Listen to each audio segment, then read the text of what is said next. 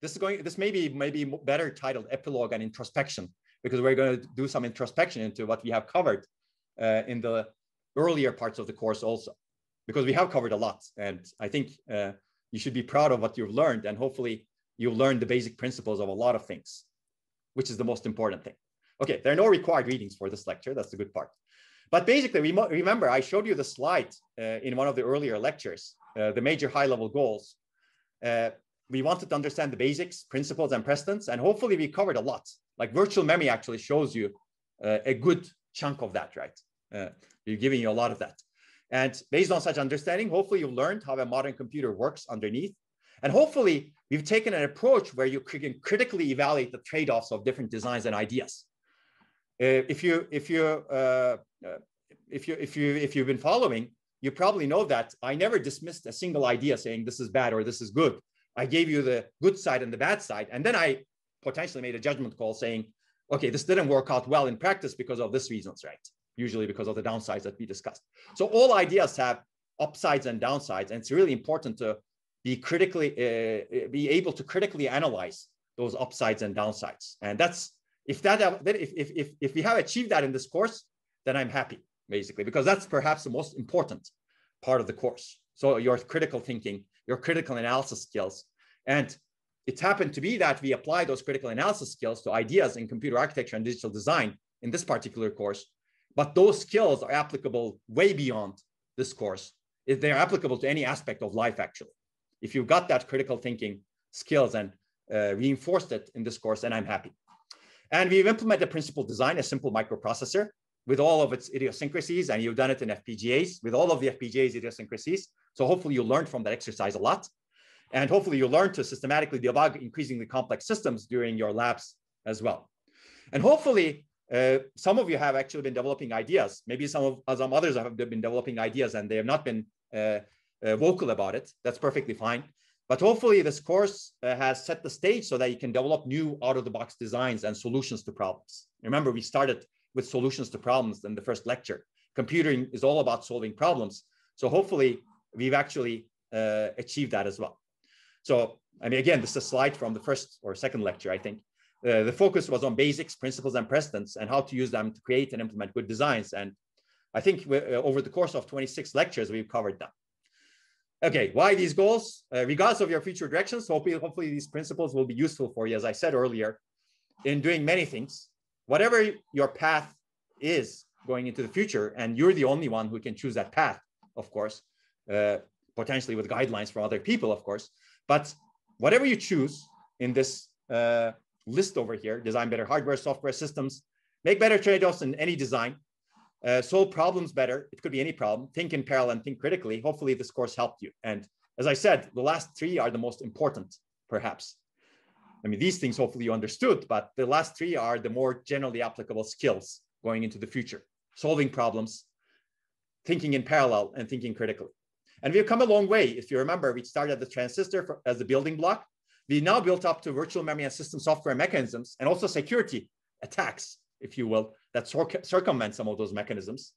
And then in the meantime, we covered logic design, execution models, von Neumann model, ISA, microarchitecture, many key processing paradigms that I'm going to flash in the next slide, and the memory system and the memory hierarchy. So hopefully there are three takeaways I would like to derive from here. All we covered is real and used in real systems. At some point, it was used in real systems, and it's increasingly important because a computer architecture is becoming increasingly important. Principles we covered apply broadly. I think I hammered this home. And trade-off analysis and critical thinking that you're exposed to apply even more broadly than the principles of individual discussions. Okay, and recall, I showed you this when we started the memory lectures. We're done with this part of the lecture, and this doesn't even cover the first part of the lectures, like digital design. And we covered, you're familiar with many processing paradigms right now, and there are a lot of trade-offs associated with them. Hopefully you're thinking about them. And now you're also very familiar with memory systems. We actually came a long way understanding the memory systems, which many introductory courses do not do, which is a bit sad in my opinion, because memory is the biggest bottleneck today, as you probably know.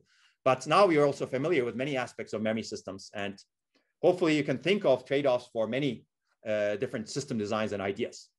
And We also covered the computer architecture from a broad perspective. Clearly, we focused on the hardware-software interface and microarchitecture and logic, but we also covered issues related to system software, languages, and algorithms through different lectures, GPU lectures, SIMD lectures. Right now in the virtual memory lecture, for example, a good chunk was system software, but caching lectures and other lectures also. So essentially, hopefully this was a learning and growth experience for you. What we saw in this lecture, in the course of 26 lectures, actually changed the world. And it endured the test of time. A lot of the ideas that we discussed actually has enabled many revolutions in computing, like machine learning revolution being one of them, right? We talked about GPUs, SIMD engines. We talked about systolic arrays. And it will be even more important going into the future. You may not all be future architects. You may choose to be, that's fine. You may not all be system designers. You may decide not to do computer science even going forward, but hopefully your development and thinking can benefit from the way we analyze the concepts, trade-offs, principles, and the critical thinking that we apply to things. And our focus was really on understanding, learning, and critical analysis, as opposed to like number crunching. I mean, some of the homework exercise, you have to do that so that you can understand and reverse engineer. But I believe all of these are agents for your growth, understanding, learning, and critical analysis. And the course was specifically constructed to activate these agents so that hopefully they're activated lifelong, because I don't think any of these end with any education level, for example. Education is continuous for lifelong, and understanding, learning, and critical analysis is really important. And hopefully you have those agents. So let me talk about what we did not cover and also look into the future a little bit. The computer architecture is very rich. There are many ideas, much creativity, many trade-offs and problems. And hopefully we've exposed you to some of them, a good chunk of them. But as scaling, performance, energy, reliability, and security issues become worse in everywhere, computer architecture will become more and more important. I mentioned this in the first lectures. Maybe at that time you didn't have the background to fully appreciate it. Maybe you may want to watch those lectures again. But now circling back to this, hopefully you understand what I mean. This is already obvious in the accelerators that are being designed. I'm going to show you a little bit more examples actually, because things happened in the last few weeks in AI/ML accelerators. Hardware security issues that we've discussed, like RowHammer, things happened last week in RowHammer. Novel execution paradigms like processing in memory. I'm going to talk a little bit more about that. In fact, I'm going to assign you a review assignment related to that. So this is going to be our review assignment. Basically, this is a lecture that I recently delivered that covers some cutting edge topics in processing in memory, but more data-centric, data-aware and data-driven architecture. So again, this is not a required assignment, it's an optional assignment, but you get 1% credit for it. And hopefully you'll learn about some processing in memory issues, some cutting edge issues in processing in memory. And I would recommend doing that, but you don't have to do that if you don't want the 1% credit. But 1% credit is nice, of course, right? Okay, so that's the optional assignment. Watch the lecture and analyze it critically. And it's very similar to the first assignment that you have done, and actually all three assignments that you've done. Hopefully you'll have a critical summary with the positives and negatives and your key takeaways. And I made this due June 20th, but we can also extend it if really needed. Okay, and if you want to watch a longer version, we have lectures on memory-centric systems that I mentioned earlier, and this is the longer version. So if you prefer to actually go deeper, you can watch the longer version also, but this is not as up-to-date as that earlier one. Okay, so going forward, I think architectures for machines that we are going to increasingly rely our lives on need to be more data-centric, data-driven, and data-aware, because data is increasing in systems. I'm going to talk about this a little bit more in the second part of this. So we really need to rethink how we design architectures, because the processor-centric architectures that we have discussed in most of this course is not scaling very well, because everything is about data, and we have a huge memory problem. And we have a huge memory problem because of the way we are designing things. The processor-centric design paradigm is not working well. I'm going to talk about that. But essentially, people have been also trying to make things more intelligent, imitate neural networks, machines like this maybe, and try to create artificial intelligence. And it's not an easy task. We really need to think more about how we understand and design architectures. That's one of the reasons why it's an exciting time to be understanding, designing computing architectures. There are many challenging, exciting problems that no one has tackled or even thought about before. We're actually really scratching the surface, I think, in intelligence, for example, and how to design systems for intelligence or genomics. And all of these can have a huge impact on the world's future. If you have a huge security problem, you can have a bad impact on the world's future. If you have a completely secure system that can provide you completely good self-optimizing, self-driving system, for example, now you can have a huge impact also. And clearly, there are many drivers for change. But these applications, as we discussed in earlier lectures, as people dream, new applications, new systems will come and they will be formed and data will be increasing in the systems. Of course, we should really be cognizant about how sustainable and efficient we can make computing, right? And that also relates to the significant difficulties at the technology layers. There are energy problems that we're facing, reliability problems, complexity, security, scalability problems we're facing at the lower levels, as well as at the higher levels of applications that we want to, problems that we want to solve, essentially, huge problems that we want to solve.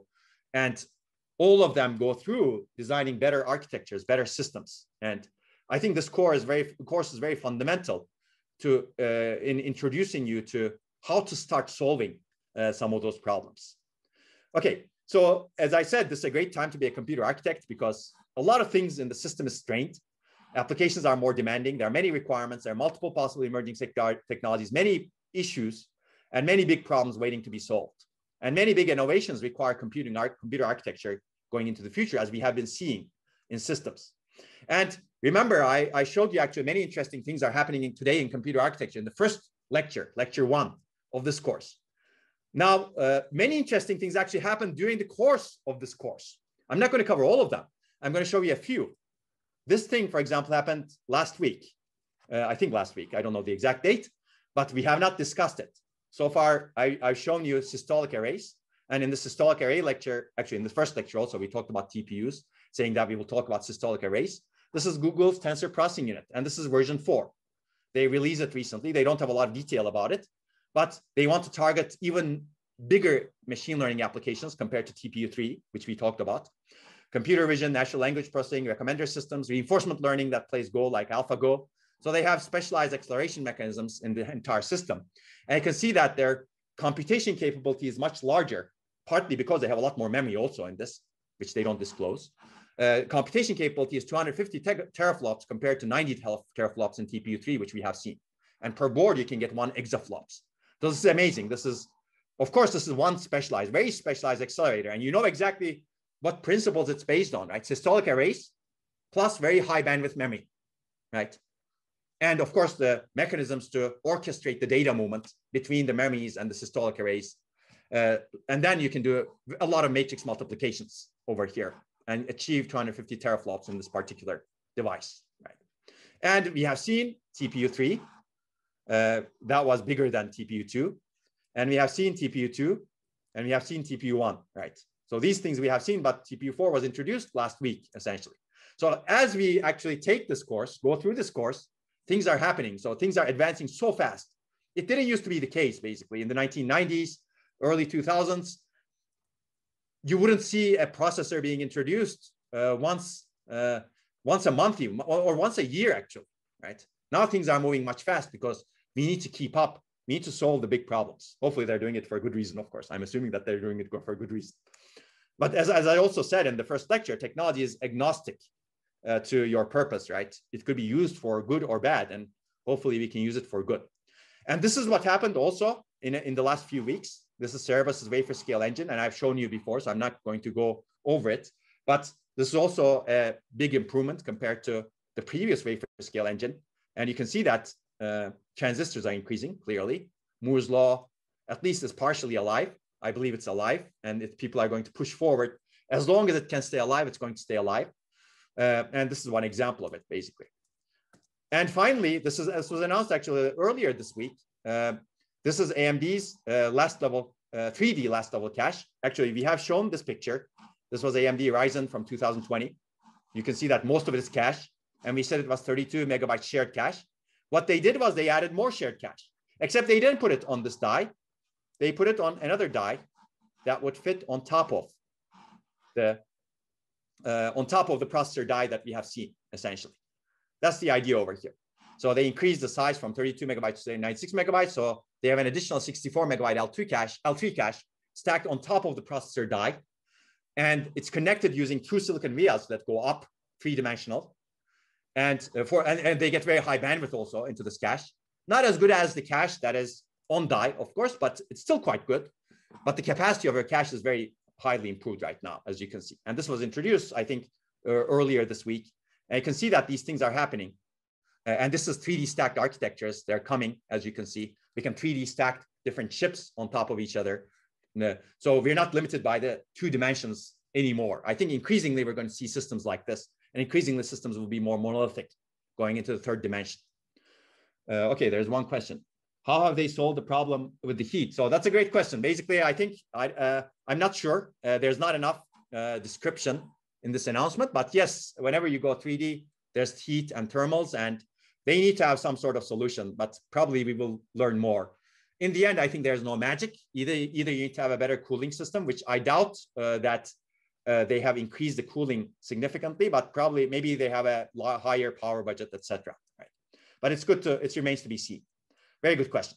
But there are many, many other ideas that we're not going to talk about and that we didn't get a chance to talk about. I mentioned some of them, but we really didn't delve into the details of it. For example, self-optimizing architectures, using machine learning principles to design controllers, caches, etc. Make the architecture self-learning and self-optimizing as opposed to having heuristics that are designed by humans.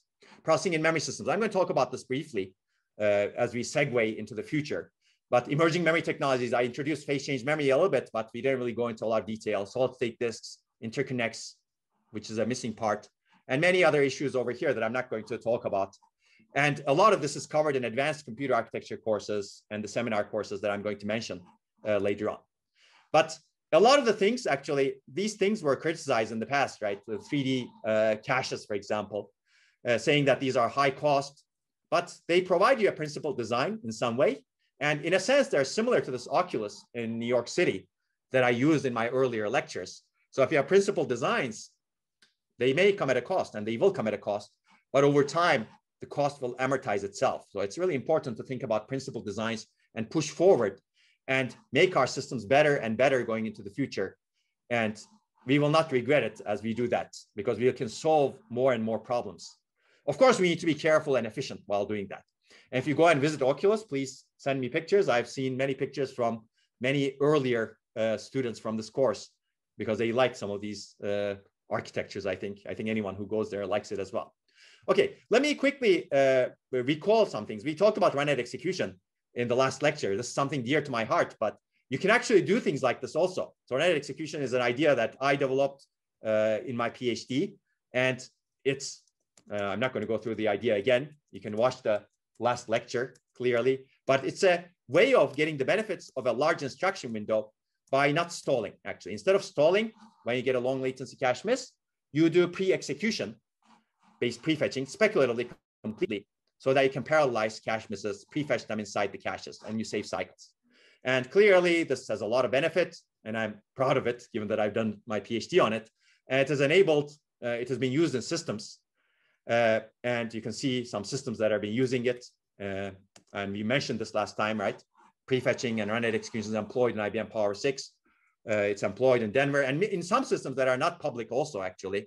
But they are not going to be public for a while, I think. But basically, you can see that there's a lot of benefit to these ideas. And clearly, you can do more readings and watch more lectures about it. But my point is that you can actually come up with these ideas also. Now you have the basics. If you critically think about the problems that we really need to solve in our systems, in architectures, you can solve those problems in innovative ways, creative ways that can be adopted by real systems going into the future. And I would recommend doing that. I would recommend exploring that path, even though you're just beginning your computer science careers, since this is a bachelor's level course. It's the end of a bachelor's level course. I don't think there's anything that prevents you from doing that if you have the desire to do so. Especially right now, you have the background also to innovate potentially. Of course, you need to digest the material a little bit, and it may take some time to do the digestion. But never underestimate yourself in the sense that you can come up with big ideas that can change the world. So as I mentioned in the last lecture, I would recommend following your passion, getting good guidance while following your passion, because hopefully your passion needs to be well guided as well so that it can solve a big problem.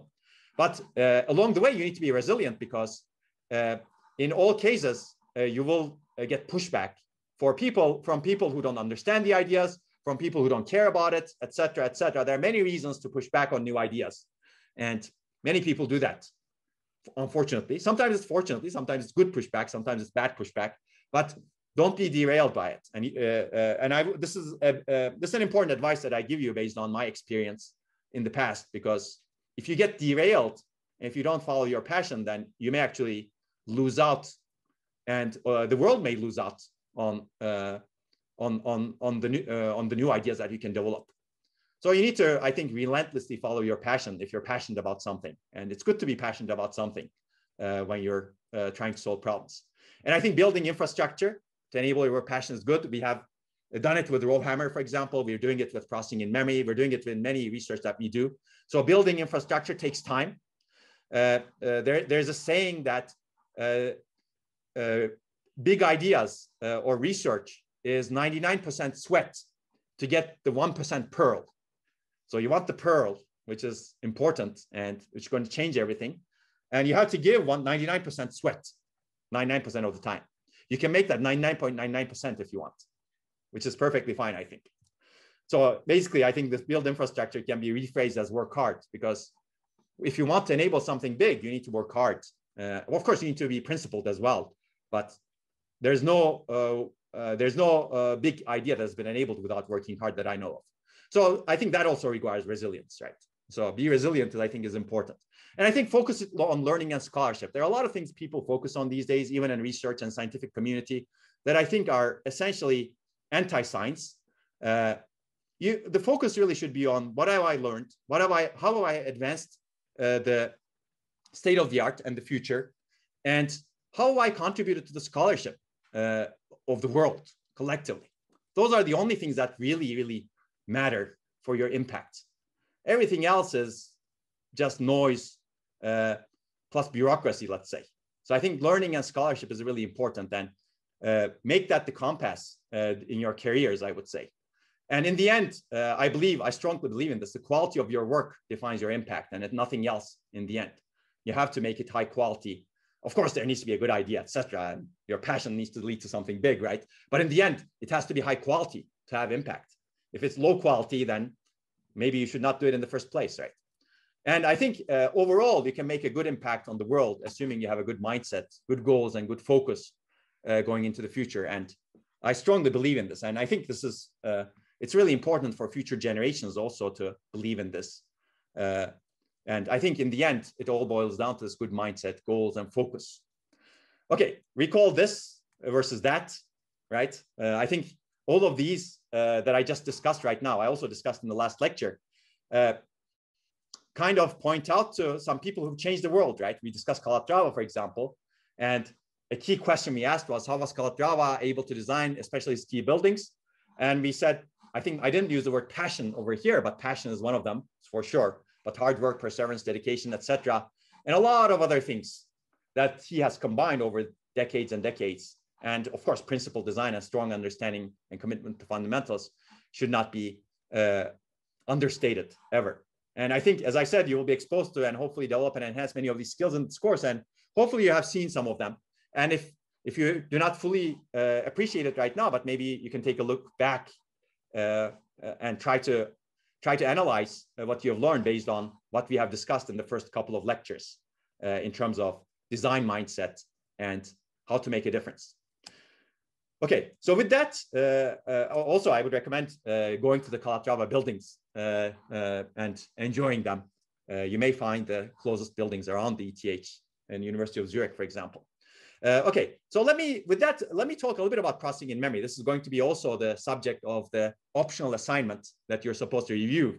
So you'll see part of that over here. But I will give you another example thing that we're working on in my group. We're working on a lot of things that we're passionate about. This is one thing that I selected. Clearly, the RowHammer I talked about many times. I don't want to talk about it again. But processing in memory, we did not talk about a lot, even though I mentioned it multiple times. But this is something that we're really passionate about. And in my opinion, hopefully when I'm teaching this course next time, I will show more and more of these processing in memory systems.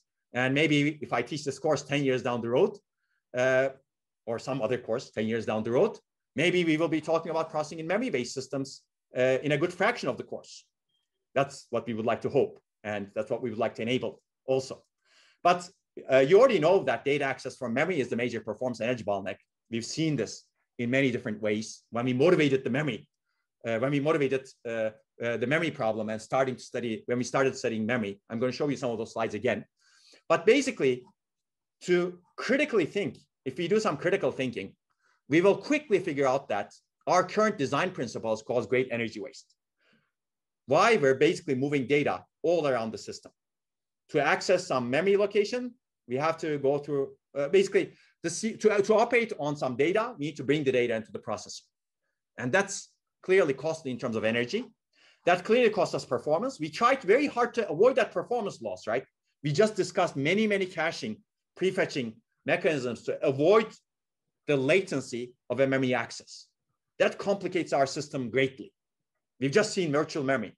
We've just seen all of the aspects of virtual memory tables, TLBs, TLB hierarchies, page walkers. This is just to do the translation, not even to get the data, right? This is just to do the translation to access the data. Same thing happens with data access also, basically. We build hierarchies and hierarchies to tolerate the performance loss. That caused even more energy waste. So right now we are in a vicious cycle, I will say. In this cycle, data access is causing a lot of problems to us, wasting a lot of energy. It's causing a lot of performance problems. To avoid the performance problems, we're building huge memory hierarchies, huge prefetchers, et cetera, multi-threaded engines, et cetera. They're causing even more energy waste in our system. And we cannot break out of this vicious cycle. So how do we actually break out of this vicious cycle? Well, we need to do something different. And a critical thinker would say, why don't you process the data where the data is? Don't move the data, basically. And that's the subject of processing in memory. Do not move the data. Somebody should probably call it do not move the data engine, right? And if you look at the components that I showed you earlier in this course, we talked about computation a lot. We talked about communication a little bit. We talked about memory a lot in the last lectures. But we were very computing centric throughout the course because existing systems are overwhelmingly processor centric because that's the only place you can do computation. And computing unit includes the accelerators like GPUs today, machine learning accelerators, same thing basically. Memory is far away. Computing unit is heavily optimized. All data is processed in the processor at great system cost, as we have discussed. Processor is heavily optimized, considered the master. Everything else is dumb and largely unoptimized. So the question is this the right way of building the system? And I think based on what we have seen so far and based on this questioning that I have provided to you, probably you're ready to answer no, because you have seen these slides before, right? You've seen that we talked about Dick Seitz, who designed the Alpha processor with his team and said that memory is the biggest problem we're having. We designed this processor. It's running at 1/20th almost of its peak bandwidth. It's not finishing 4 instructions per cycle. Forget about it. It's finishing 1 instruction every 5 cycles almost. So why? It's waiting for memory. You've seen this slide multiple times in run-ahead execution also, right? In prefetching. Most of the time, the processor is waiting for memory. You've seen this slide from a Google paper where they analyzed all of their data center workloads. And they basically say the same thing. Most of the time, the processor is waiting for memory. It's not just waiting for memory. It's accessing memory. It's moving data from memory. It's wasting energy also.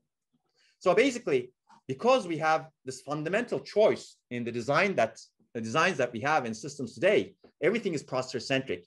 As a result, we have grossly imbalanced systems. Processing isn't done in only one place. Everything else moves and stores data. This is energy inefficient, low performance, and complex. As a result, we have an overly complex and bloated processor and system overall, as we have seen in the memory hierarchy. And this is energy inefficient, low performance, and complex as well. As a result, I've shown you this picture at some point. Most of the system is dedicated to storing and moving data. We call this a computing system, but most of the time it's moving and storing data. Actually, you've seen a lot of pictures. I haven't replicated them over here, but you've seen a lot of pictures in real systems. Most of the system is cached. More than 60% of an entire die is cached. And AMD is adding, as I showed you earlier, even more cache into the system, right? That's true for all companies, not just AMD. I picked on it because they announced this 3D stack cache, right? Okay, so maybe we're doing something fundamentally not right at this point. So, okay, data movement versus computation energy. You've also seen the slide. Basically, today, a memory access consumes 2 to 3 orders of magnitude the energy of a complex addition. So does it really make sense to move the data into the processor? And we've said that 70 years ago, this was not the case. Over time, logic scaling, technology scaling helped the performance and energy of logic gates. It didn't help the energy of the interconnect and performance of the interconnect. As a result, logic gates became much more energy efficient and faster. Interconnects stayed as slow and as energy efficient as before. They scaled a little bit, but not that much. As a result, 70 years ago, a double precision floating point operation was expensive, or even just a simple add was expensive. Memory access was less expensive, but 70 years of technology scaling made memory access much more expensive. So we're still designing systems in a processor-centric way, and that's probably not a good idea going forward. And I've also given you this picture earlier. This is a study that we did together with Google a few years ago, where we analyzed important workloads like machine learning, Chrome browser, and video encoding and decoding. And we saw that more than 60% of the total system energy is spent on data movement across the system.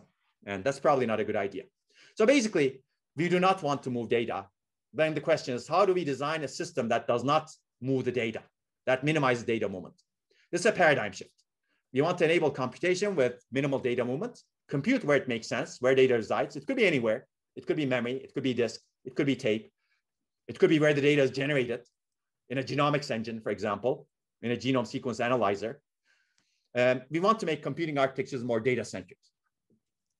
And the goal is really processing inside memory. This is one place where we can do processing. As we have talked about memory so far, memory is not active, right? It's passive. It just gives you data. Maybe it refreshes itself. Even that, it does it under the direction of a memory controller, right? But we want to shift computation here.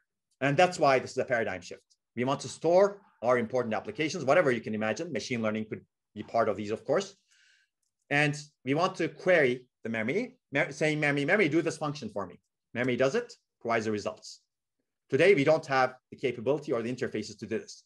There are many questions over here. How do we design the compute-capable memory and the controllers?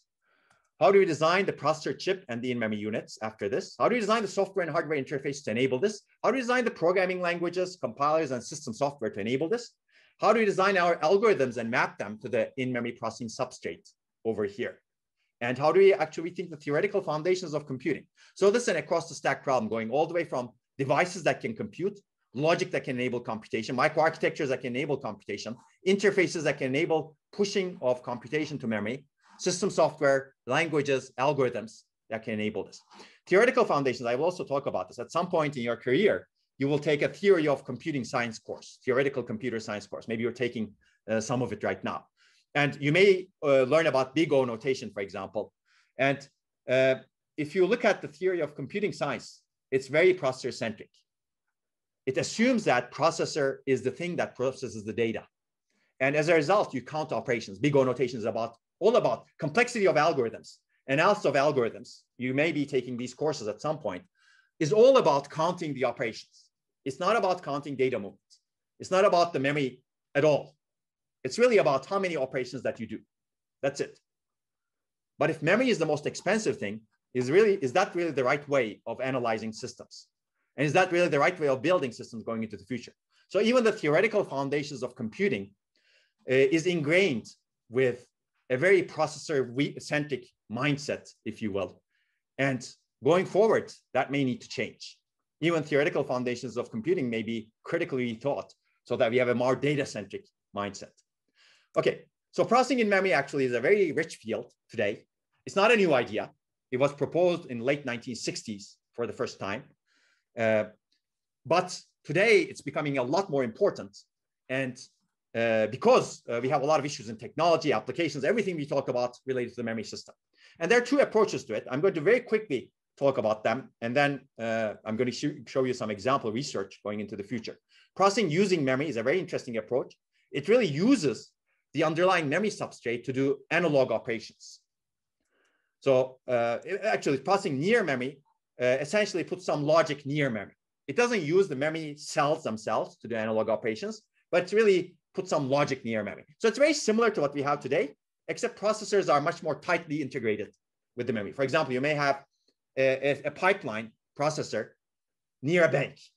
You may have a pipeline processor inside the logic layer of 3D stacked memories, as we will see, similar to what AMD has done, for example, with some differences, of course.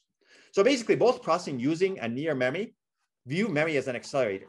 So essentially, you have some specialized or general purpose compute capability in memory. You use that compute capability. And we know how to build a lot of accelerators in our system today, right? the difference in the memory side accelerator is that it's not bottlenecked by the memory bus. It's not bottlenecked by the cache hierarchy. It has direct access to huge amounts of storage at high bandwidth, low latency, low energy. That's why this accelerator is potentially very precious. Then, of course, how do you design that accelerator? Maybe it's a general purpose core also, right? So memory is similar to a conventional accelerator. So let me give you one example from our research. Basically, we showed that you can do in-DRAM copy, zeroing, or initialization, and or not and majority operations at low cost using analog computation capability of DRAM.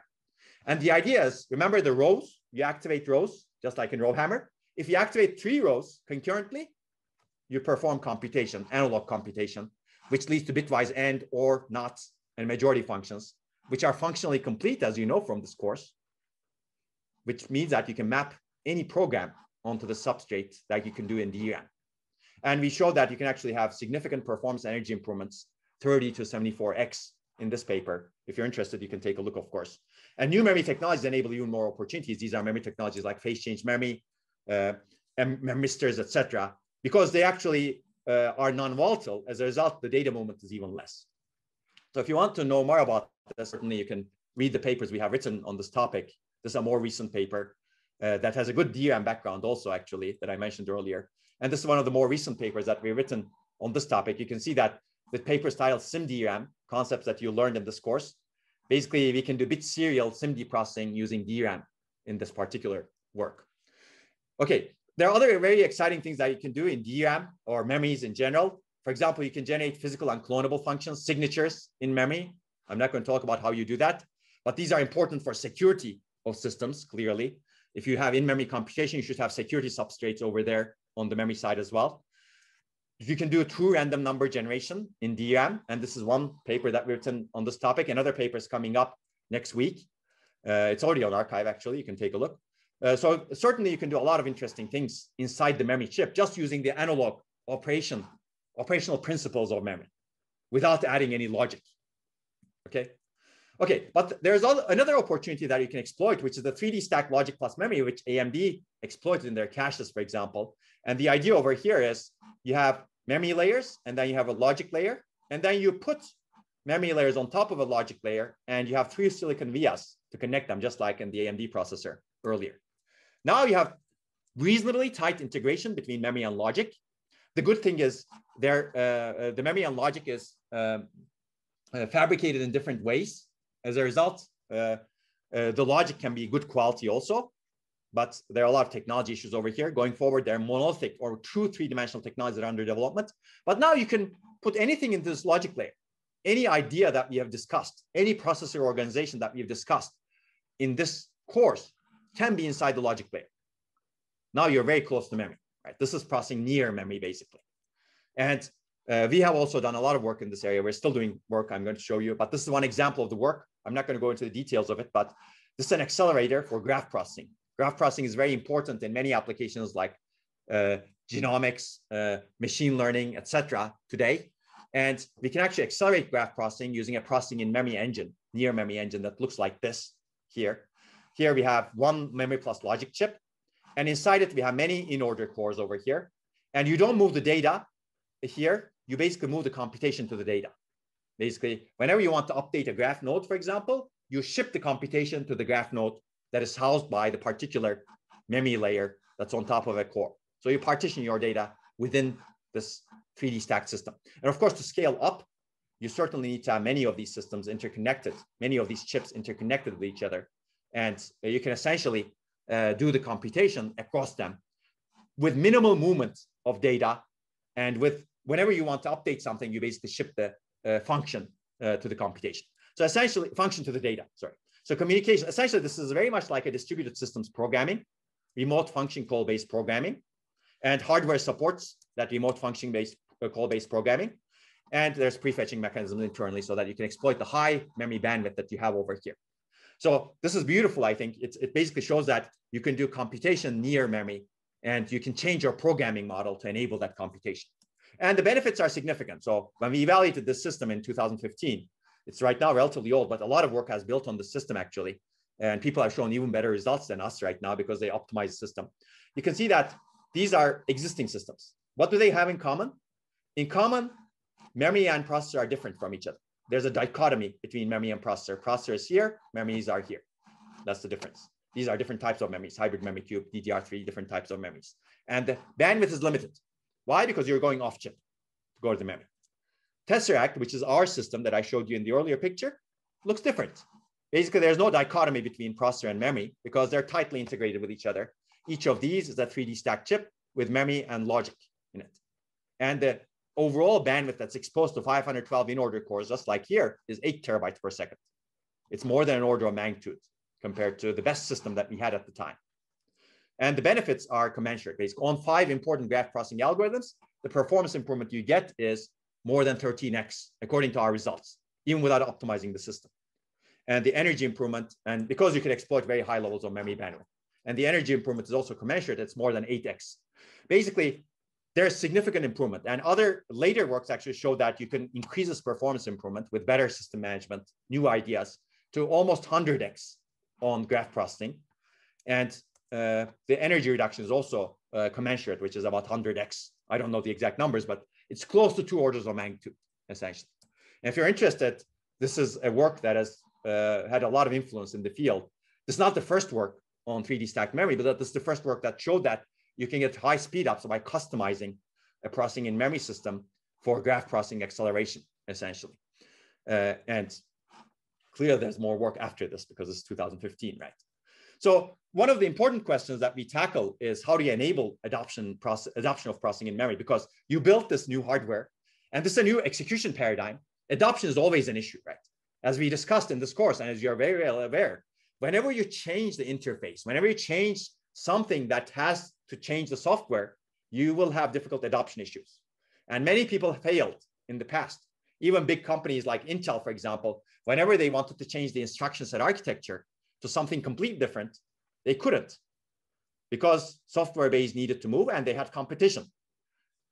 Maybe if software base needed to move was the only thing and they didn't have competition, then they could have succeeded potentially, right? By causing a lot of pain to all of the software programs in the world, but they did have competition. So it's very hard to move the software base by changing the system completely. So processing in memory is a different way of thinking about how to design systems. It's a different computing paradigm. So it always have it as adoption issues. So there are adoption issues that we tackle, like what is the functionality that you want to put? What are the applications? What are the software? What is the software like for processing in memory? How do you ease programming? How do you provide compiler and hardware support interfaces? How do you provide system support like coherence and virtual memory? These become issues in processing in memory as well. It becomes even worse in processing in memory, actually, both of them. Runtime and compilation systems. How do you design such systems to make life easier for the programmer? Data mapping, access and sharing control, protection, scheduling, etc. Everything that needs to be rethought for data-centric systems like processing in memory. And how do you design infrastructures to understand the benefits and feasibility and develop all of this? So there are a lot of questions here. And I think all of them need to be tackled. And we're tackling them. Multiple other people are tackling them. And all of them need to be solved with a change of mindset. Because the benefits of enabling a processing in memory system is huge. You get significant performance and energy improvements. Your systems become more sustainable going into the future. And you basically don't violate the balanced design principle. Remember, we talked about microarchitecture design principles, critical path principle, balanced design principle, bread and butter principle. Processor-centric designs actually violate almost all of them. Maybe critical path, you can argue, but certainly bread and butter. Common operations like memory accesses are handled terribly in a processor-centric system. That's the bread and butter design, optimized for the common case. Remember the microarchitecture design principles. Balanced system design principle is destroyed in a processor-centric system because the system is not balanced. Everything just stays idle or just serves the processor, and that's it, right? So basically, we're violating a lot of principles, and we need to change our mindset so that we actually have much better and much more principled designs going into the future. So basically, we need to revisit the entire stack if you want to change the computing paradigm to a more data-centric paradigm, and we can get there step by step. So this is a huge challenge and opportunity for the future. How do we design computing architectures with minimal data movement, which will lead to fundamentally energy-efficient architectures, and that requires data-centric designs, and also fundamentally high-performance architectures, because that also requires data-centric designs.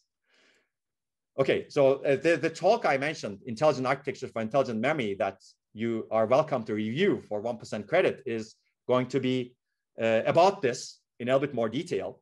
But if you want to learn more about processing in memory, we've written this survey paper, an overview paper that describes processing in memory. That also gives you a lot of history about why things are different today in enabling processing in memory. So if you're interested, you can actually read about this as well, or watch the longer talks that I mentioned.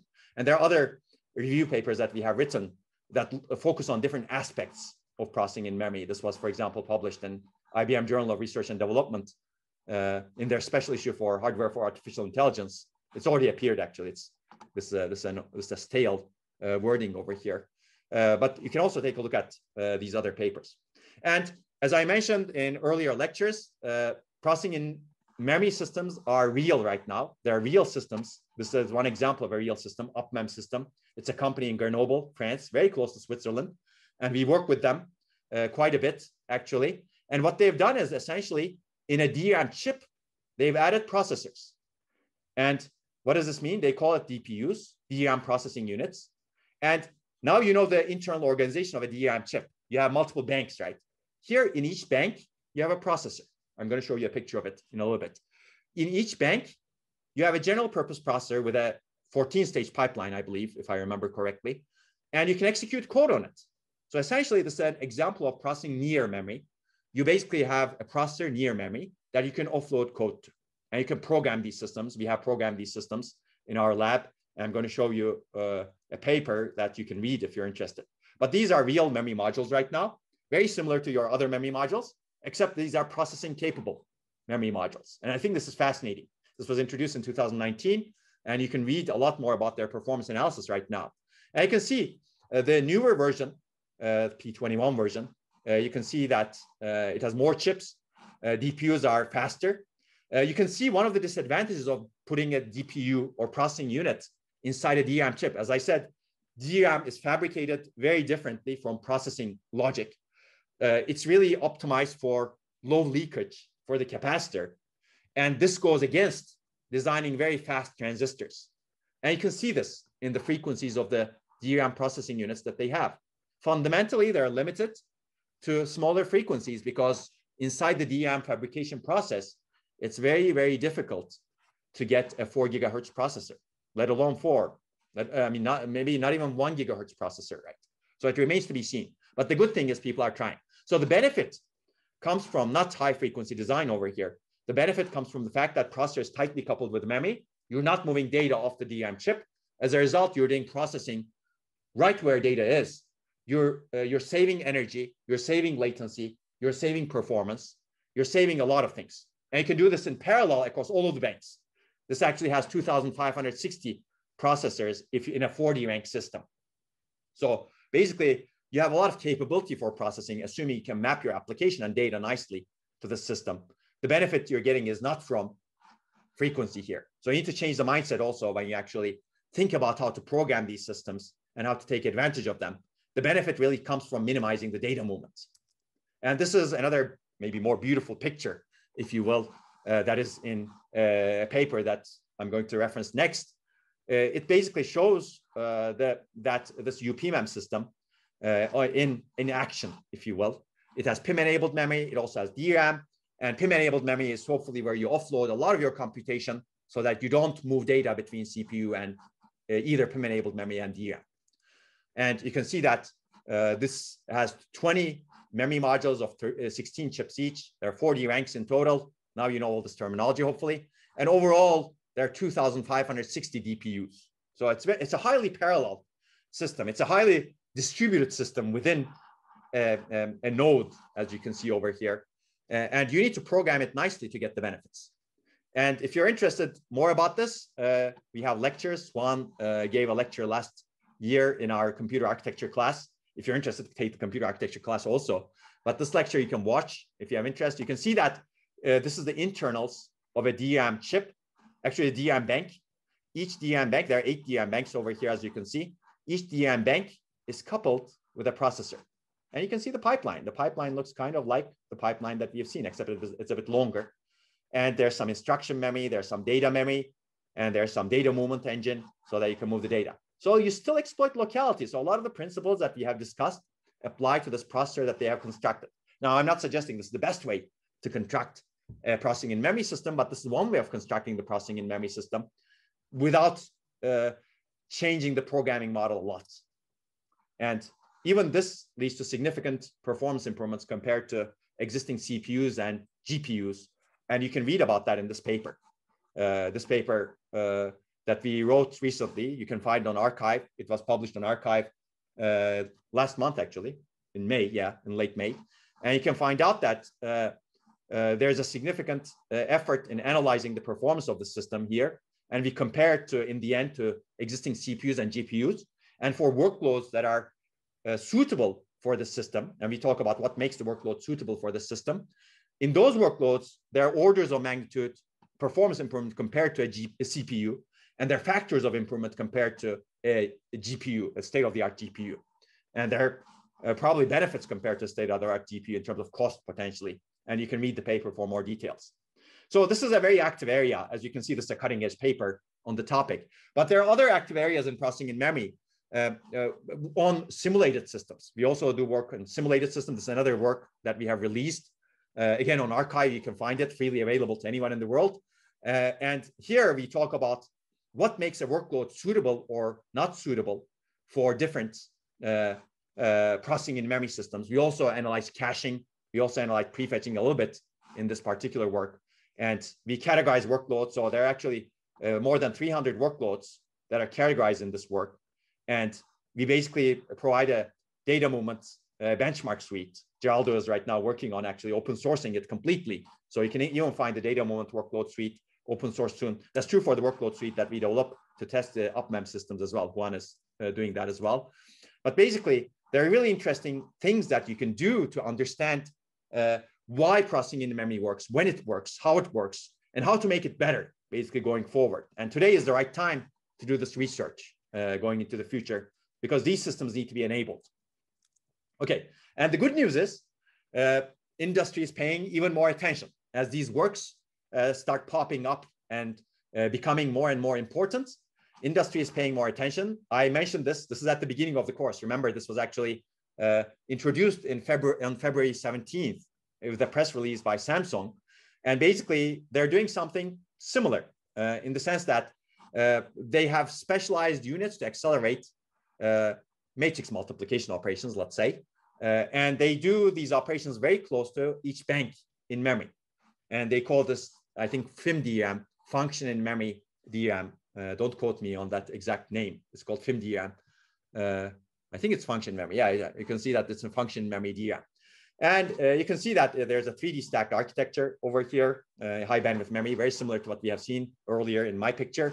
And you can see that they're adding some multiply, accumulate instructions to be executed, offloaded to the memory side. And you can see that this is a real design, etc. I'm not going to go over it, but the good news is that real companies, big companies like Samsung, are now finally paying attention to this. Clearly, processing in memory is an old idea, started in the 1960s. When we first started working on it, it was 2011 or so. Now, finally, people are paying attention in industry, and that's a good thing, basically. The question is, of course, how will it evolve? And you can have a big say, basically, if you actually come up with good ideas going into the future. Okay, so if you're interested in processing in memory, I would recommend detailed lectures. There are many detailed lectures. And if you're interested in it, I would recommend a longer version, but an older version, as you can see, of the talk that I assigned as optional assignment. And you can find this talk over here. So one thing that I will mention is processing in memory, processing inside the device, minimizing the data movement is really important for applications that are operating at the edge, like devices like this. This is a genome sequence analysis device. You may remember it from the lecture, first lecture. And today, we don't have enough processing capability inside this device. We have to move the data out of the device. But processing in memory, processing where the data resides, is a mindset to minimize data movement in the system. And if you really want to exploit the capabilities of these devices so that we can actually do real-time analysis. For example, we give this device to a doctor, and the doctor, in a critical condition, wants to quickly get an indication of whether this patient will react positively to this drug based on their genetic disposition, plus everything else the doctor knows. And they need this information. You need to do fast genome sequence analysis, and you need to do You need to provide, you need to do some matching of a database, for example, with the characteristics that you find based on the genome analysis of this patient, so that you can make a judgment call on whether this, what kind of drug does this patient react positively to, or should not, does not react negatively to. And this is a life or death situation potentially, right? So you need real-time, fast analysis. And there may be less dramatic situations than what I described, but you still want analysis quickly so that you can move to the next phase of treatment relatively quickly. You don't want to wait 2 weeks to get the analysis results in a genome sequencer.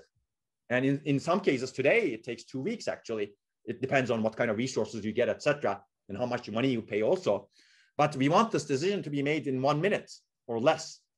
And today we don't have the capability to do that. That's why I think moving data and not having enough processing power where the data is generated is a big problem.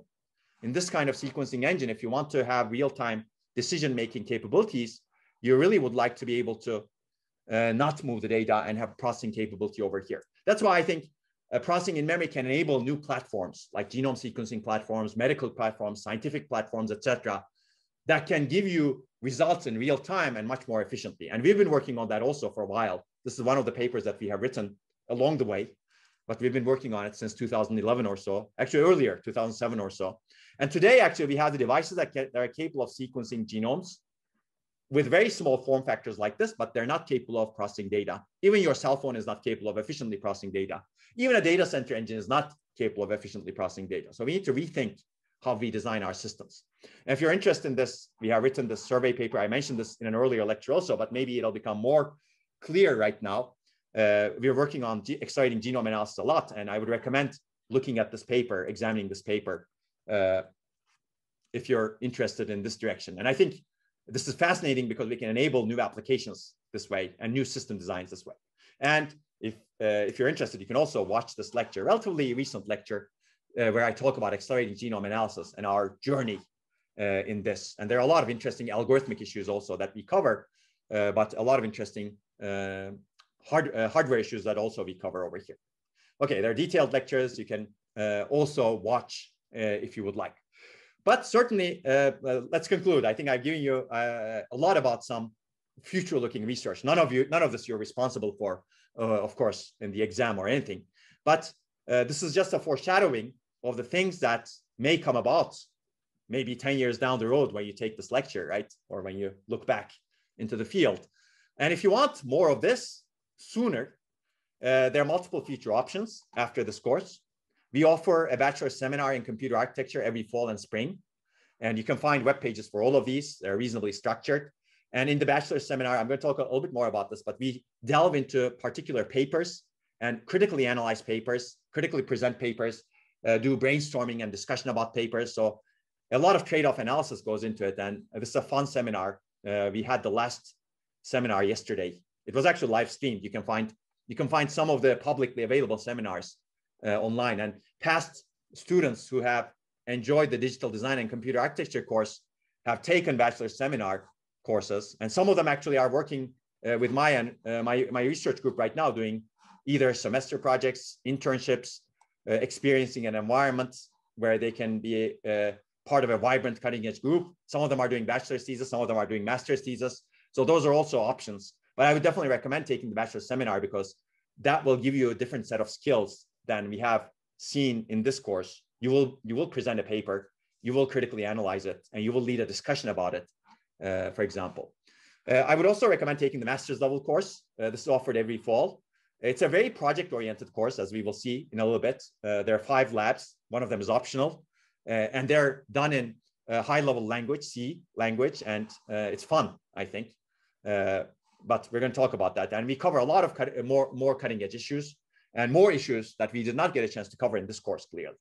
You can also take, that should not be take out, I guess take our, let's say. There are also project and seminar courses that we offer every fall and spring. I have a more detailed slide related to this. If you're interested, you can also take that. And independently or together with any of these, you can decide to do research with me and my research group. As I said, we have a lot of opportunities, and I very much look forward to working with undergraduate students who are excited about doing solving important problems and who may want to have a fresh perspective to these things. I was one of them, actually. When I was doing my undergraduate degree, I did research in different labs and eventually decided to do my PhD. Certainly, this is possible as well. So you can look at our research group webpage on more about what we do, but I've given you a glimpse of it during some of these lectures, as you can see. Okay, and you can learn more about our research group. You've seen, well, at least virtually, you've seen some of the TAs. This is an earlier version of it. And you can actually read our newsletters. This is a January 2021 newsletter where we talk about some of the things that has happened in the last 1.5 years in the group. And hopefully it's interesting. It will be interesting to you. And this is the group motto designed by some of my students. And I guess this is a more newer version of this. Well, this is a newer version of this picture, let's say, that is more reflecting of the times. And hopefully we will not just have Zoom meetings going into the future. That's true, hopefully, for the bachelor's course that we're having right now. In the future, hopefully, we'll have a lot more physical lectures. That will be a different experience, in my opinion, because I don't know what you think, but I don't think this remote experience is the greatest experience because I cannot see the faces of any of my students who are in the class. And that's a bit frustrating, frankly, from my perspective, because, and also we don't have the interaction that we have clearly because you're writing your questions and I'm trying to read them, etc. So it's a different kind of interaction, which is not necessarily great. But you can read our newsletter also, as you can see over here, to get to know more about our research. And this is a little bit more about the Bachelor Seminar in Computer Architecture. Basically, it's a rigorous seminar on fundamental and cutting-edge topics in computer architecture. You get to critically present, review, and discuss major works in computer architecture. You can cover many ideas, usually with anywhere between 16 to 25 papers or so, something like that. Analyze their trade-offs, perform critical thinking, discussion, and brainstorming. Of course, you don't have to read every single one. You have to read the one, analyze the one you're presenting in a very detailed way. And there's participation, presentation, and synthesis report, and you can also register for the course online if you're interested. And I'd recommend taking it if you're excited about it, because you have the background to do it right now, because you have a basic computer architecture course right now. And then there's a master's level computer architecture course. As I said, it covers many cutting edge topics in memory, interconnects, multiprocessors, heterogeneous systems, PIM, processing in memory, and more. Many topics we could not cover in this course. It consists of lab assignments, which is actually very important because it's about 50% of the grade, I think. We wanted to make it more hands-on and lab-oriented, some homeworks and exam. And you can also find more information. You can actually watch videos. A lot of the videos I recommended to you are coming from that course. And finally, these are the projects and seminar courses. These are offered every fall and spring. These consist of short lectures and hands-on projects, which is important. It's a lightweight. These are lightweight but deep courses on specific topics you can choose from. For example, you can choose from topics in memory, and we can define the project together. If you have ideas, we're open to ideas. There are 2 courses related to memory. Storage, which is something we did not talk about as much. You can also choose them. For example, if you want to do some project on phase change memory or SSDs, it's possible. Heterogeneous computing, both programming and architectural aspects, GPUs, FPGAs, processing in memory. There are 2 courses related to this, and there's a lot of exciting research that goes on. You can program the UpMem computer, for example, or you can program FPGAs, for example. And finally, more application-oriented, but still hardware, software, co-design type of courses. And some of them actually just algorithm. You can actually develop algorithms to do better bioinformatics and machine learning as well. So these are the 2 courses over here. So there's one question. Aren't PNS courses only for ATED students? So from my perspective, no. I don't think there's anything that limits. So if you have a problem registering, just let me know. I'm happy to take courses from, take students from any department. So because I think in the end it's a learning experience. It's a requirement for ETED students. So meaning, as if you're an ETED bachelor student, that means that you're required to take some number of PNS courses. That's for sure. If you're a computer science student, you're required to take a seminar course. I don't know if PNS courses satisfy the seminar requirement. That's good to check from your perspective. But I don't think if you want to take the course, there's nothing that prevents you from taking the course, as far as I know. And if you run into an issue and if you want to take the course, let me know, because I don't have a problem if people are excited about taking the course. I'm happy to get them admitted in some way. But again, you may, depending on what the computer science department decided, and I don't remember, frankly, what that decision is, you may not be able to count this as one of your seminar requirements. That I don't know. But you may be able to count it for some other requirement. That, again, maybe there's some room for counting it for something else. That I don't know also. That's probably better discussed with the CS department. But if you need help at any point in the process, let me know. Okay, so I think I've covered the 4 different courses that we're offering in PNS courses. And again, if you have questions, let us know. And you can find the description of the courses and some of the lectures that we presented online as well. But we don't put out all the lectures right now. We're going to put out more lectures related to them, but we didn't do that yet. Okay, so doing research, if you're interested in learning more and doing research in computer architecture, I have 3 suggestions. I've actually presented the slide right before the systolic arrays lecture also. Feel free to email me with your interest. Please CC Juan. My email tends to be, unfortunately, extremely unreliable. I get too much email. Maybe I have, essentially, I'm not operating in a very good point in my email latency curve, let's say. The load of emails is too much in a sense. So if you CC other TAs that you're familiar with, Juan being a primary one, that's a very good idea. Because if I forget, hopefully they will not forget. And you're also always welcome to email again or find me in different ways as well. And I would also recommend taking the seminar course or the computer architecture course. That goes without saying. And if you're interested, hopefully you're doing some readings and assignments on your own. And I know some people in the past have done a lot of readings and assignments on their own. And as I mentioned, there are many exciting projects and research positions, memory systems. And I'm not going to go through this again, basically. I've already said this. And we've covered a lot of really interesting things in the lectures. And a limited list of project topics is in this thesis page. But don't take this as a comprehensive list. Basically, my group works on all aspects of computer architecture and a lot of the topics that we discussed.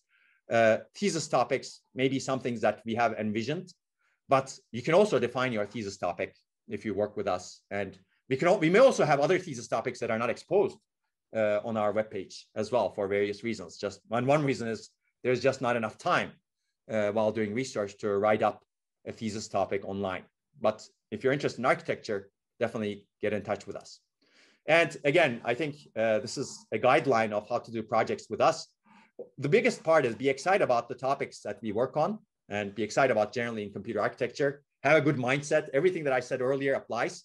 Have good goals and get in touch with me and my students postdocs. And you can, again, you can do other things over here. Hopefully you've taken our course and enjoyed it, one of them at least.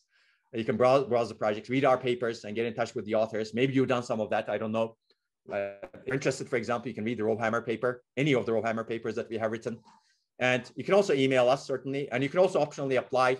We have a formal application site. But if you're an ETH student, it's easier to contact us, especially if you have taken our courses. You have a more or less personal relationship with us. But outside students who are not part of ETH, we definitely ask them to apply because we do not know enough about them, right? But if you've taken a course with us, especially the seminar course, we've interacted with you a lot more. In a course like this, the DCA, and very unfortunately, because of the Zoom-based nature of the course, online nature of the course, we do not get to interact much. And the course is huge also. There are many students. But if you take the seminar course, we interact a lot and we get to know you a lot better. And you get to know us a lot better. It goes both ways. And then you don't necessarily need to apply through our official page. But if you're applying from the outside, for example, if you're, I don't know, living in some other country, and if you want to do research with us, you should definitely apply and let us know that you've applied. Okay, so I'm going to end this lecture and class with 2 quotes that I like. Actually, there are more quotes that I like than 2, but I think it's good to be concise. Just talk about these 2 quotes. But before that, I think I will handle this question that I just saw. Okay, this is a question. It's a long question, I see. As a programmer, it means that some people are still here. That's good. This is completely optional part of the course. And if you're still here, that's good. I think that tells me that you're interested.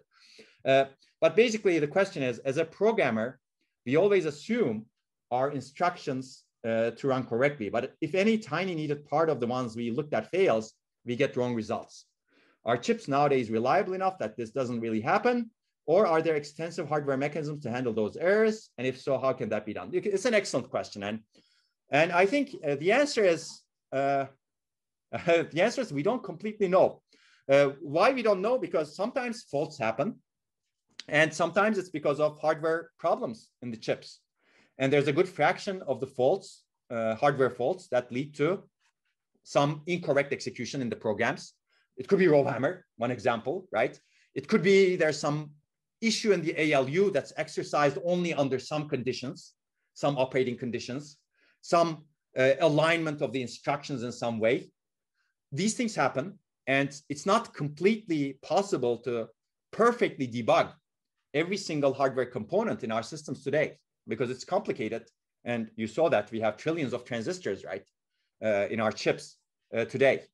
So basically, we don't absolutely know. There are some faults that actually lead to crashes, etc., just because they're hardware faults, and you cannot basically blame the software for it. Clearly, there are a lot of faults where you can blame the software. I'm ignoring those, but these are hardware faults. And for example, when I was at Microsoft, there was this study that was being done at that time. I think they eventually published the results. Maybe I'll try to find the publication, where they showed that at that time, Microsoft Windows had the blue screen. I don't know if Microsoft Windows has this blue screen, but this was a famous blue screen. Whenever you get an error, you saw a blue screen and you had to reboot your computer. Nobody wanted the blue screen, clearly. But there was a study that was done at that time that showed that about 10 to 15% of all blue screens are due to some hardware problem, hardware fault. And some of the hardware faults could be preventable. Some of the hardware faults may not be preventable. One way to prevent the hardware faults is, for example, have error correction codes inside the chips. In DRAM, for example, people are adding error correction codes today, but it's not easy, or it's not enough to protect against all faults. For example, error correcting codes is not enough to prevent RowHammer type of vulnerabilities, RowHammer type of faults. So it really depends on the type of fault that's happening, the design of the hardware. And some of these faults may not be reliability issues. Some of them may be logical bugs, right? The hardware is designed in some way, and humans are designing it. There could be logical bugs. Some of them could be manufacturing reliability issues. So there are all these different kinds of things. We have analyzed, for example, in a paper that we published in Micro 2008, we have analyzed hardware bugs. And we've seen that the microprocessor errata is increasing. It basically has even more errors that are documented in the instruction manuals, in the architecture manuals, that basically shows that microprocessor designs have increasingly more bugs. And sometimes these are exercised. So I think your question is very to the point. It's very important. There are reliability issues, there are logical bugs, etc. And they're all intermingled when you get an error. And you need to basically tease out what is happening when you get an error. And sometimes it's not easy to do. That said, I think people are doing some studies. Actually, there's a paper from Google in this Hot OS. There's a workshop that has happened. It's called Hot OS, Hot Operating Systems. And Google basically shows in this paper that there are a lot of faults that happen in hardware that lead to basically some corrupt execution in software. I'd recommend finding it out. And hopefully my TAs who are listening will find out right now. You can feel free to put it on the chat if you find out. But this just happened a couple of days ago. And these Google folks basically analyzed the hardware and the software that they have. And they showed that there are a lot of hardware faults that cause their software to crash or become corrupt in some way. So these are real, basically, and they're going to become worse going into the future. And essentially, the answer to the second part of your question is, are there extensive hardware mechanisms to handle those errors? And I can confidently say that the answer to that is no. Basically, unfortunately, there are no extensive hardware mechanisms today to handle all types of errors. Some type of errors, for example, memory has error correcting codes, not all memory. Consumer memory in your laptops, for example, don't have error correcting codes. Increasingly, they're going to in the future, but not enough error correcting codes. They can correct, for example, single error corruption. They can detect double errors. Well, not always. In some cases, they can detect double errors, but not always.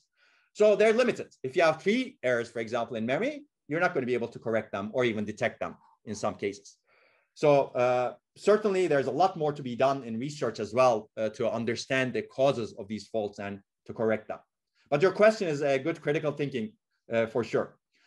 Okay, so there's another question. That's good. We were also having probabilistic algorithms this semester. Are ideas of probabilistic speed up or also implemented in hardware apart from ML accelerators? So that's a very good question also. So ML accelerators certainly make that trade-off, right? Basically, so it looks like I think one of my students, Max, who's doing research with us, actually posted the Google paper, cores that don't count, and I would recommend looking at that. Thanks, Max. Let me go back to answering the question. So ML accelerators, for example, because things are approximate today and machine learning by nature is probabilistic, you can cut corners in hardware and not have highly accurate representations of data, for example. And you can basically omit some computation. That's possible. You can make the computation simpler, cheaper. You can, for example, instead of using 32-bit floating point operations, you can use 4-bit integers. In fact, inference engines today use 4-bit integers. That's one way of approximation, for example. And I would, maybe if you stretch it, it's not necessarily a probabilistic algorithm, but it's taking advantage of the probabilistic nature of the algorithms that are employed in the machine learning, statistical nature of the machine learning. And certainly machine learning accelerators take advantage of it. As far as I know, in the general purpose domain, this is much harder, right? You need to know your application. And I think there's another place where this is taken advantage of, which is video.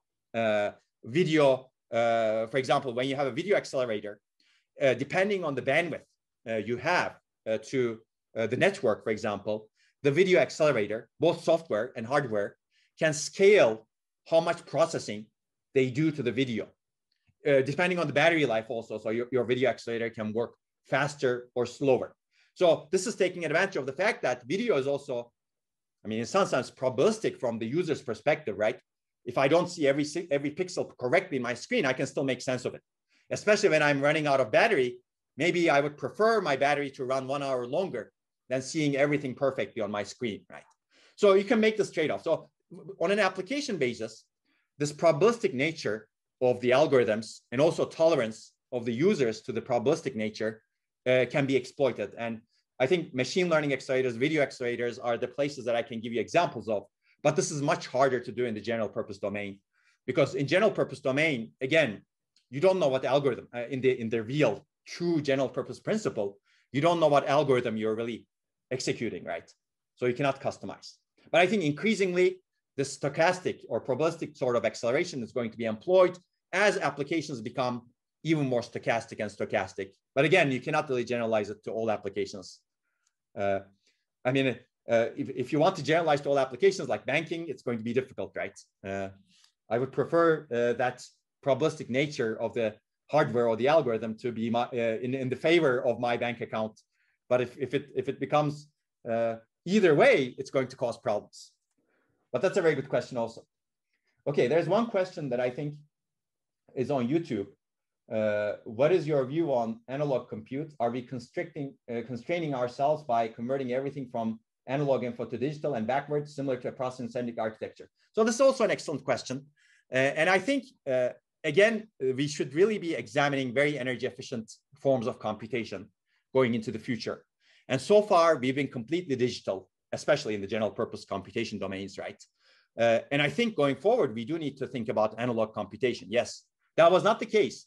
In the early 50s, 60s, 1960s, 1950s, there were analog computation computers that were designed. But over time, people developed the digital abstraction or became more comfortable with it.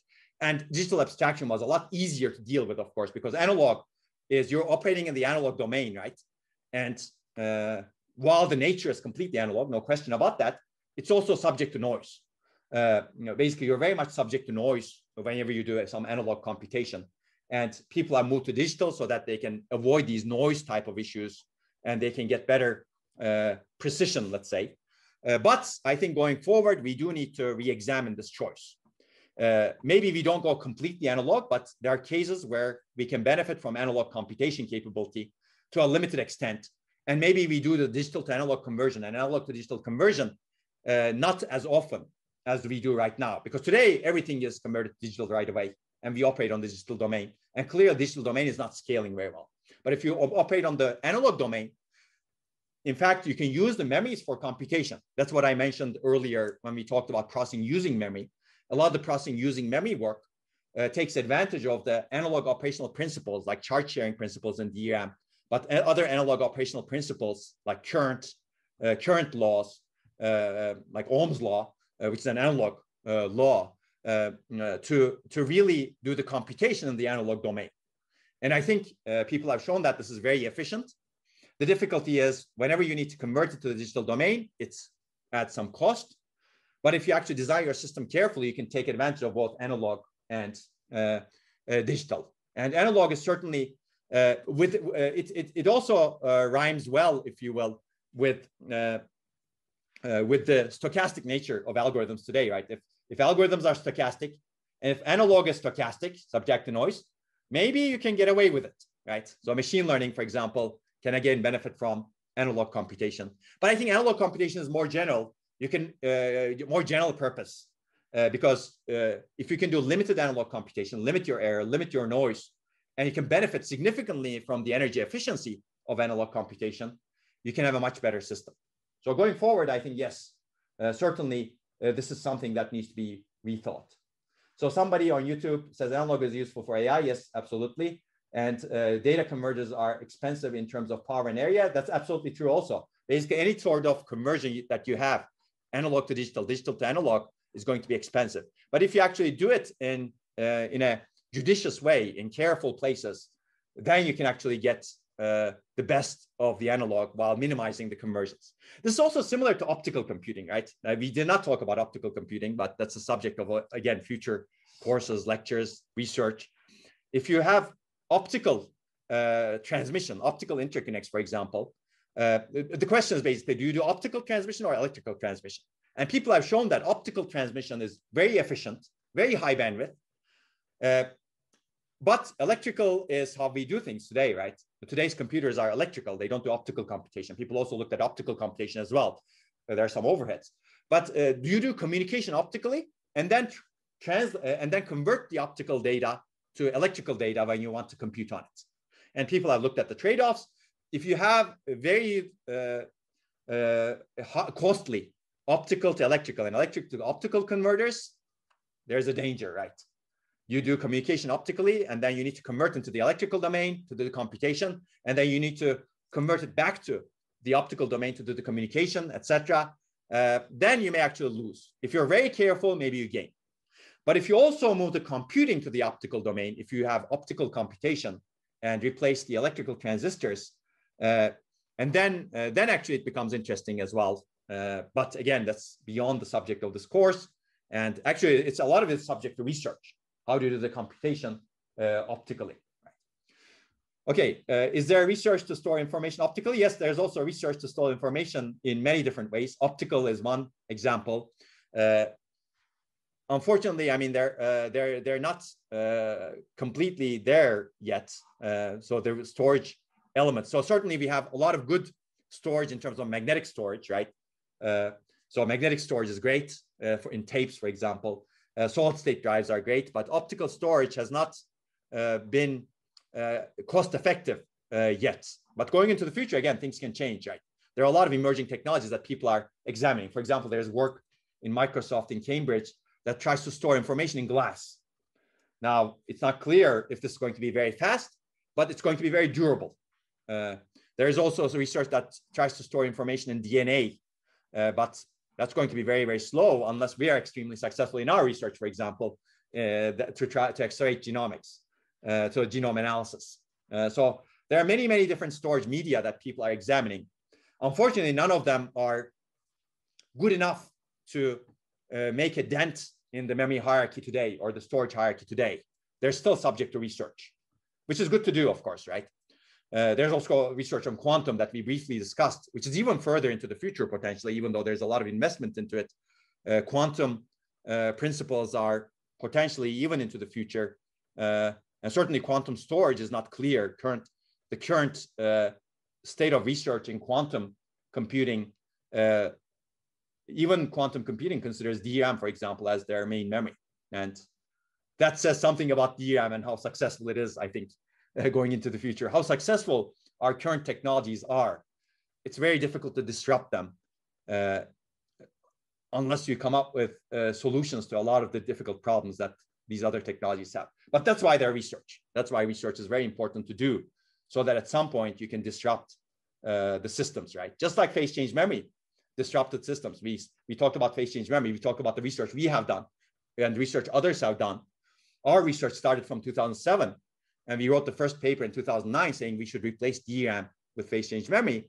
And that sort of memory came about only in 2019, right? And this is phase change memory. This is a technology that we knew about a lot in the past. We just needed to make it happen in some way. And that required a lot of device level, circuit level, chip level research, plus architectural level research. But optical, quantum, these are even into the future. Glass, these are even into the future. And DNA, I think we'll see, I guess. Okay, very good questions. I think I will conclude with these two quotes that I like. As I said, there could be many, many other quotes that can be given, but I will be concise. I like these two quotes. These are from someone who has received the Nobel Literature Prize. You may know this person. But I like this quote because this is nice. The reasonable man adapts himself to the world. The unreasonable one persists in trying to adapt the world to himself. Therefore, all progress depends on the unreasonable man. In a sense, this says basically you should be critical of how things are done and what's happening so that you can actually enable progress. And hopefully, but of course, I think unreasonable man needs to have a good mindset with something good in mind. And unfortunately, there needs to be a moral judgment over here as well, because if the goal of the unreasonable man is to destroy the world, then you have a problem, right? But this is said in a way, assuming goodness of the unreasonable man over here, if you will. So I think this points to the critical thinking. And I think one of the most harmful ways of thinking in the world is this sentence, but it's always been done this way. So basically, just because things are done in some way doesn't mean that that's how they should be done that way, right? There are many reasons why things are done that way, and that's not necessarily the best way.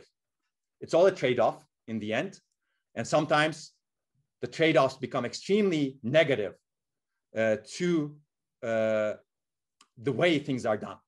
And whenever that happens, you should realize that immediately and change. And this goes well with the other quote from this person.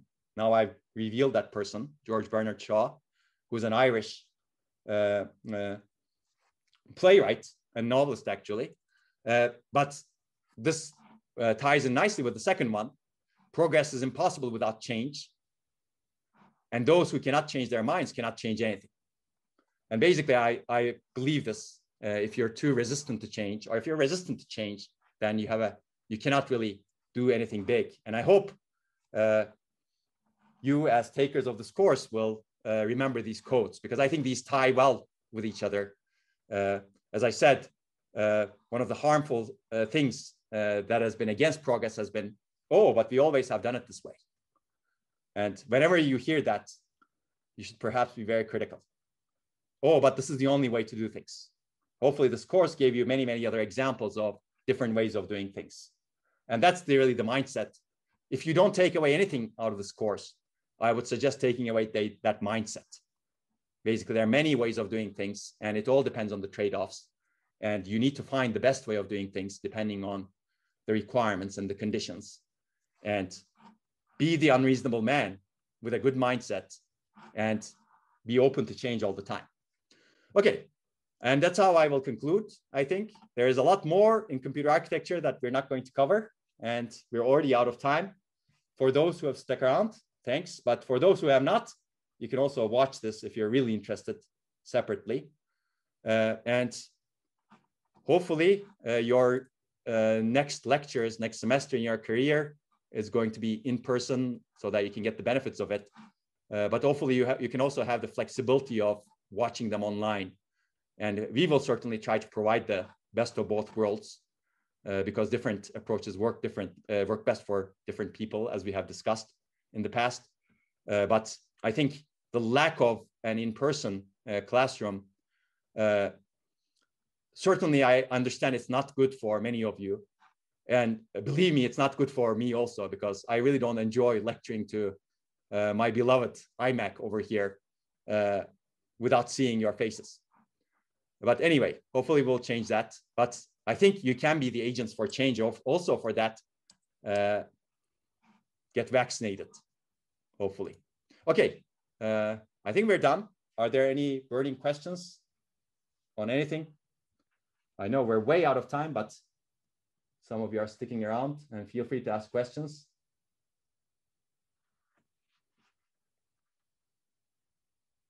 Okay, I guess I don't hear or see any questions. I think with that, at least we're done with the lectures. Hopefully I will see some of you in person in future semesters, and maybe during the exam, because that is planned to be in person at this time. Don't worry about the exam, worry about learning, and we will be in touch with some material that you can study for the exam as well in the remaining, well, during the summer months. But apart from that, hopefully you will enjoy your summer, and you will get some time to rest as well as grow at the same time. Okay, I think we're done. Thank you. Thank you for everyone who's saying thank you. I cannot respond individually, but I can see it right now on the screen.